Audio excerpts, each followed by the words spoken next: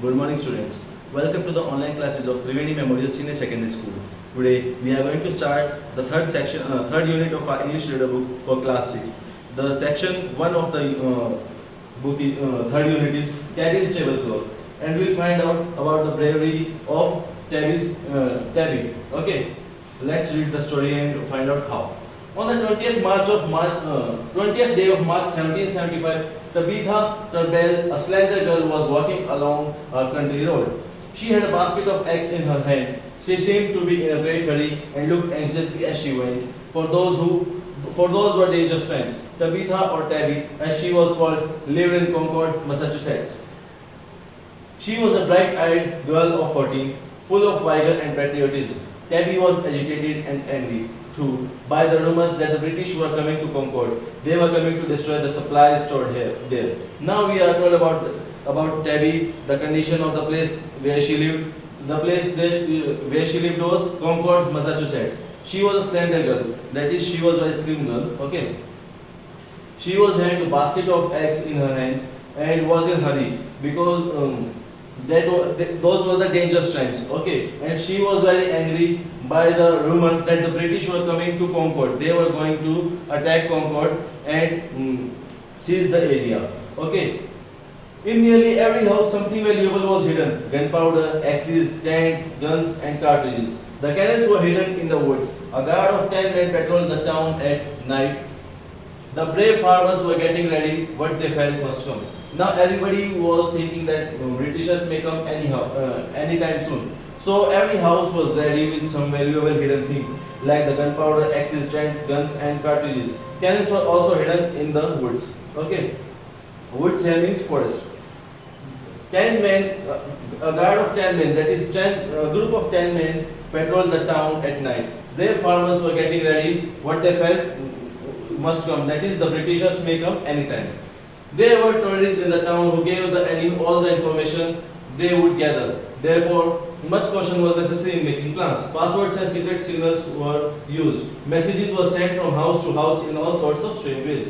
Now there were tourists. Tourists here means someone who leaks the secret information. Okay, they were all around the town, and who would give the information about whatever they gathered to enemy. So everybody was cautious while making the plans. Password and secret signals were used. Messages were sent from house to house in all sorts of strange ways.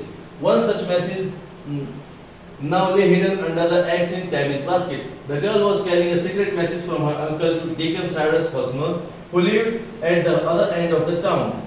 She had been employed several times before in the same way and had done her job well. Now we get to know that Tabby was having some eggs, and under that eggs there was some secret message that was to be given to Deacon Cyrus Hosmer.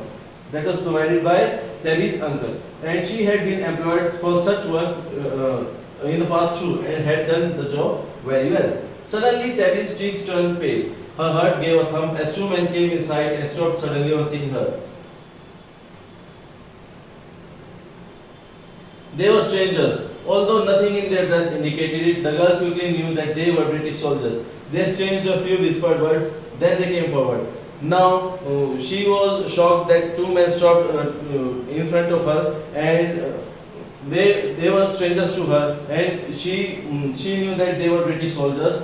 They exchanged some words in whisper. Whisper means very low sound. Okay, and then they came forward. My pretty lass, can you tell me where Mr. Daniel Bliss lives? Asked the younger man with a smile. Now he asked Tabby, could you tell the address of Daniel Bliss?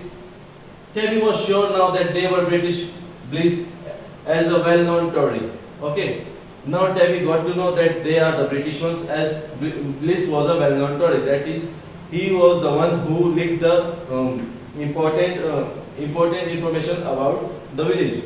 But she showed no sign of alarm. She answered politely, "Yes, sir, a little further down." She answered them, "Yes, a little further down."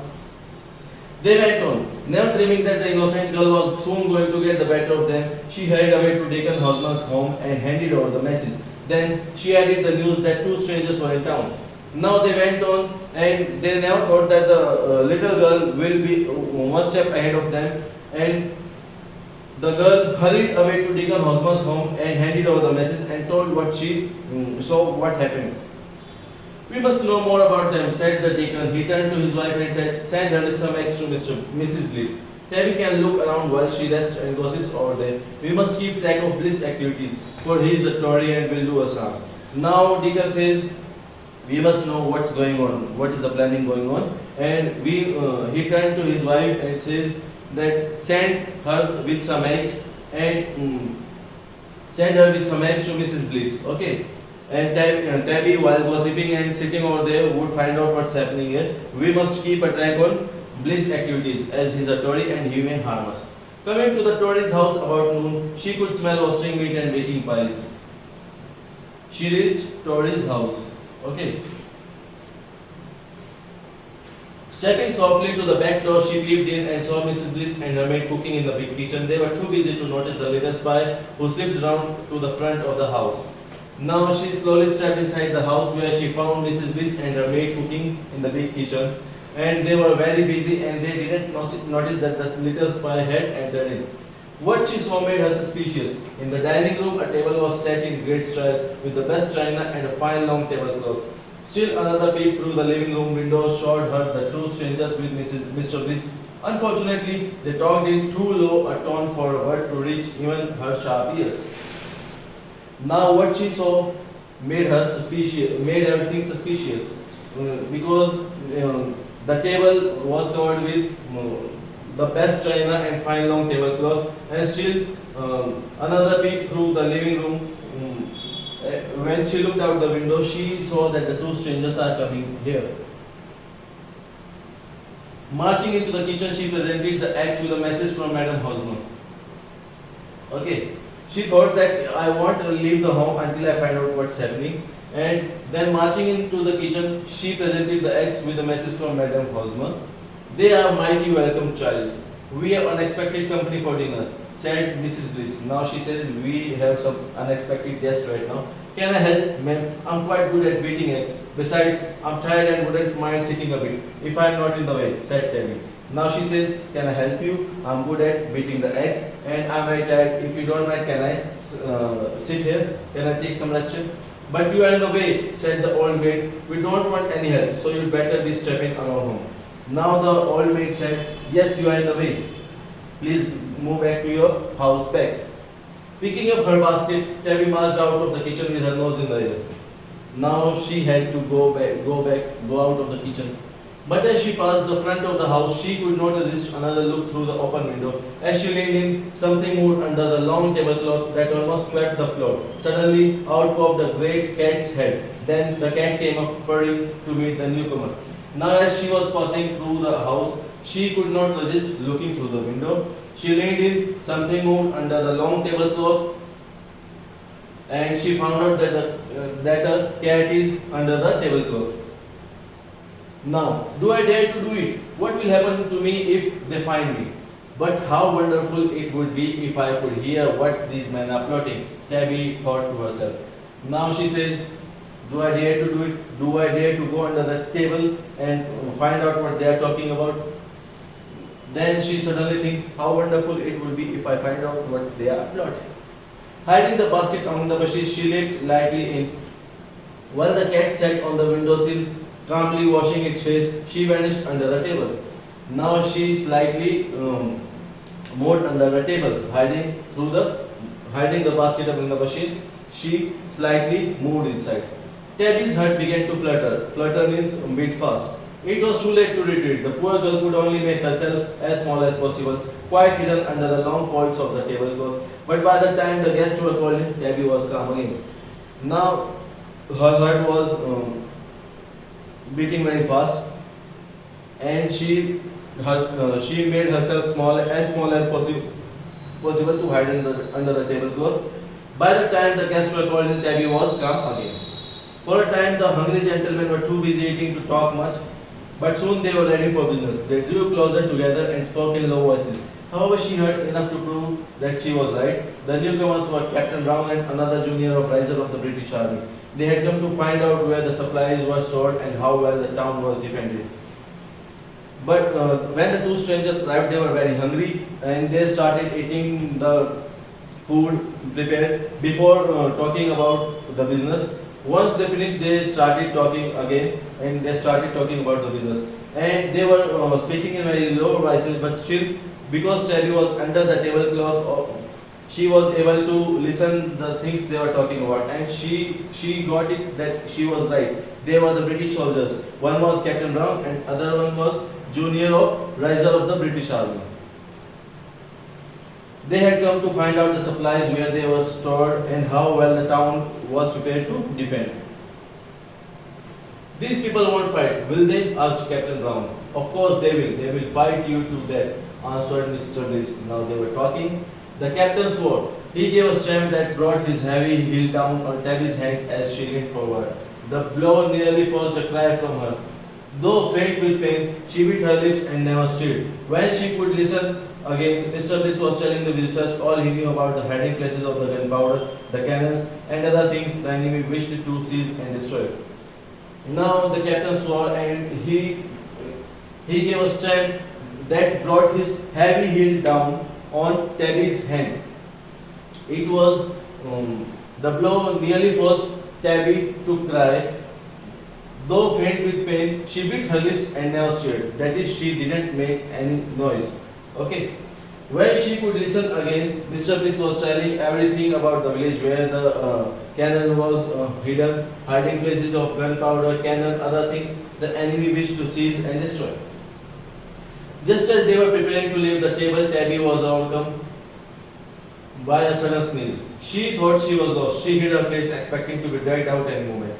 Just as they were preparing to leave, the strangers were preparing to leave, Tabby suddenly sneezed, and now she was afraid and she hid her face because she thought at any time she could be drawn out of the table. What's that? Exclaimed the officer. It came from under the table, added Captain Brown. A hand lifted a corner of the cloth. Now they looked and they lifted the tablecloth. A shiver went through Tabby. She held her breath with her eyes open, that big brown hand. But the next moment she could have laughed with joy, for the cat saved her. The cat had come to doze on her warm skirts. Now when the cloth was edged, thinking she was to be fed, the cat rose and walked out, purring loudly, tail straight up, with its tip waving like a flag of truce. Now Tabby was very afraid, and she held her breath, her eyes open. But the next moment she could have laughed with joy as the cat saved her. The cat came in front, and as the cloth was raised, cat thought that it is her feeding time. So she started moving towards the person who was raising the tablecloth. Okay. It's only the old cat, gentlemen, a good beast, and luckily for us, unable to report our talk, said Mr. Bliss with a sigh of relief. Now Mr. Bliss says nobody was under the table, and says it's just the cat. Okay, and she won't be telling about our talk. Soon after this, they left the room, and the three men, the two visitors, and the local Tory set off for Boston. And then the spy clapped out softly, jumped over the windowsill, and ran away as fast as her stiff legs could carry her. Now all three left for Boston, and the spy crept out softly, that is, Tabby came out softly and jumped out the windowsill and ran away as fast as she could. By the time she told her tale, however, the British soldiers were well on their way to Boston, so they managed to escape. But the warning was given, and Tabby received great praise for her art under the table. By the time she told everything, the British soldiers had already escaped. But still she gave the warning, and she got a lot of praise. The people had time to move the valuable supplies to other towns nearby. They got their cannons ready, and their minutemen had them trained on the enemy. Those brave farmers meant to fight, and the world knows how well they did when the hour came. Now, listening to the information, the places were changed, and everybody was prepared with cannons on, and the farmers also fought the British armies, and world knows how well they fought. Much later, when the fighting was over, the dead buried, the wounded cared for, and the Tories punished, then this property was taken over by the government. Many of his things were sold at an auction. After some time, when the fighting was over, Tories were punished. Daniel Bliss' property was taken by the government. His things were sold at an auction. Tabby's uncle bought the tablecloth and gave it to her, saying, "There, my girl, this rightly belongs to you. Thanks to your quick eyes and ears, we were not taken by surprise but sent the redcoats back faster than they came." He tells that this belongs to you as you were very brave one, and we fought very hard and we were well prepared and put away the British soldiers. Tabby kept the tablecloth carefully, displaying it with immense satisfaction wherever she told the story. Then it was preserved by her daughter as a token of her mother's bravery. In 1861, Tabby's tablecloth saw another war and made an honorable end as a box full of finest lint and softest squares to lay on the bones of soldiers and war.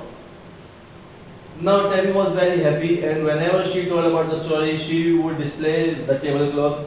She preserved it, and after her death, it was preserved by her daughter as a token of mother's bravery. In 1861, Tabby's tablecloth saw another war and made an honorable end. That is, it was used to be applied on soldiers' wounds. Okay, so that's it with the reading portion. Let's move on to the questions of this chapter. First one is read and answer. What kind of environment prevailed in Concord, Massachusetts at the beginning of the story? There was a rumor that the British were coming to Concord to destroy the supplies stored there. So the farmers living in the village were getting ready for the coming soldiers. Describe Tabby's attempt to spy on the British soldiers. Tabby soon understood that the two strangers were the British soldiers. After she told the soldiers about Daniel Bliss, she ran as fast as she could and told the story to Deacon Hosmer. And when she returned to Daniel Bliss' home, she found the British soldiers with Daniel Bliss and hid under the table to listen their plottings. Third question. Who saved Tabby and how? The cat saved Tabby as when Tabby sneezed, the soldiers tried to look under the table to find out, but before they could look under the table, the cat ran towards them as she thought that it's her feeding time as the cloth is removed. The Britishers thought that it's just a cat who sneezed. Describe what happened when A part. Tabby was under the table. The answer is, when Tabby was under the table, a soldier's foot stamped on her feet, but she held herself by not crying.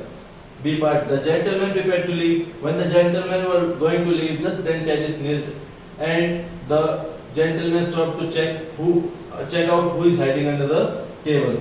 But because of that cat, they thought that it was just the animal and nobody else. Fifth question. What does Tabby do after the man left the room? After the man left the room, she jumped out of the window and ran towards Deacon Hosmer and told them about the plan of the gentleman along with the Tory, that is Daniel Bliss. Think and answer. First question. What do you think would have happened if Tabby had not spied the British soldiers? If Tabby would not have spied the soldiers, all the hidden ammunition prepared for the war against the Britishers would have been destroyed by the Britishers, and that would have led to seize the village by the Britishers. Second, do you think the title suits the story? Why or why not? Suggest another title for the story. Yes, the title for the story is appropriate as it was the tablecloth under which Tabby hid and heard about the plottings from the Britishers. The another title for the story should be The Girl Who Saved the Village. Now reference to context. My pretty lass, can you tell me where Mr. Daniel Bliss lives? A part. Who said these words and to whom? The stranger said these words to Tabby. Why did the speaker want to meet Daniel Bliss?